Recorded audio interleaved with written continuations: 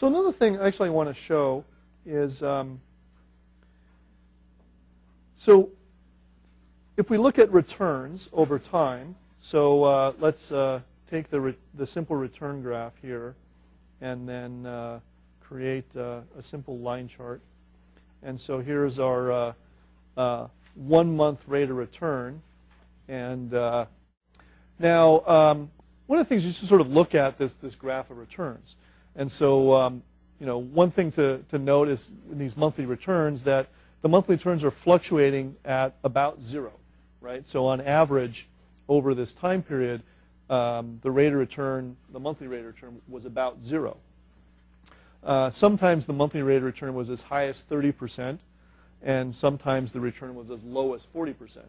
So in 1 month, you could have made, you know, a 30% increase in your money. So if you started with $100 and you have $130, or in some months you could have almost lost half your money. So if you lose 40%, then start with $100, then you go down to $60. Now, one of the things that's important to recognize about rates of return is that, you know, it's not a symmetric relationship, right? So if you say you lose half your money, so if the rate of return is minus 50%, your $100 goes down to $50. Now, what rate of return do you need in order to get your investment to get back up to $100? It's not 50%, right? Because if you have a 50% positive return, then your $50 goes to $75. You need to get a 100% rate of return to get your money back whole, right?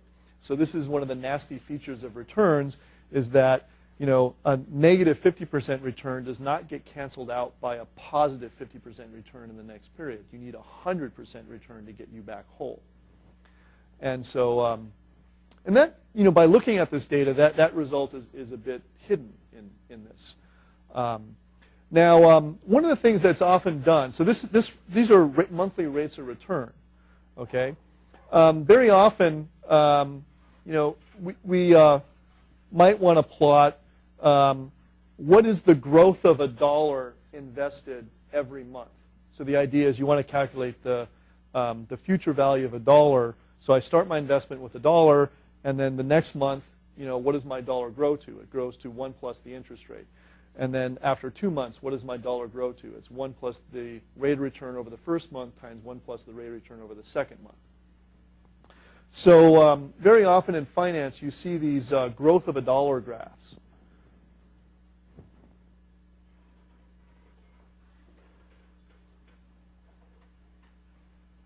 Right? So the idea is if you have returns, say R1, R2, up to, say, R capital T, so these are all 1 month returns. So what is the growth of $1? So we start with $1, right? And so in month 1, the future value is the $1 times 1 plus R1, right?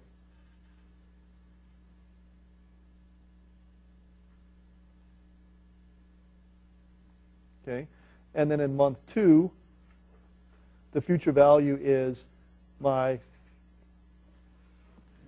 I have at month 1, and then that grows by 1 plus the monthly interest rate between months 1 and 2. So that's 1 plus R2. And then similarly, all the way down to month T, my future value is 1 plus R1 times 1 plus R2, and that gets multiplied to 1 plus R capital T. So this, if you wanted to plot the growth of $1 based upon investments giving you all of these rates of return, then I have to plot the cumulative products of all of these numbers. Okay? So we can do this in Excel in a bunch of different ways. But essentially, you know, we need to compute our future value. And so, for example, we can make this 1 plus the rate of return here.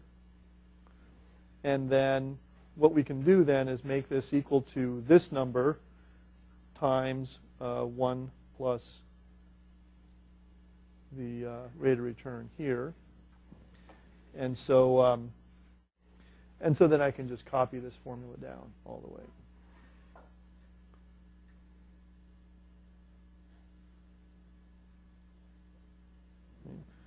And so then I can plot the growth of a dollar.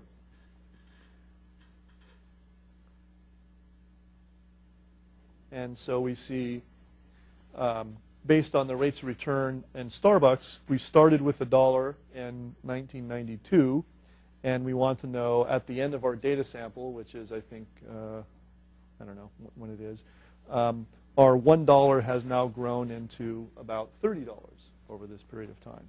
So by holding Starbucks since it started, you've had a huge increase in your wealth. So people investing in Starbucks would have done quite well.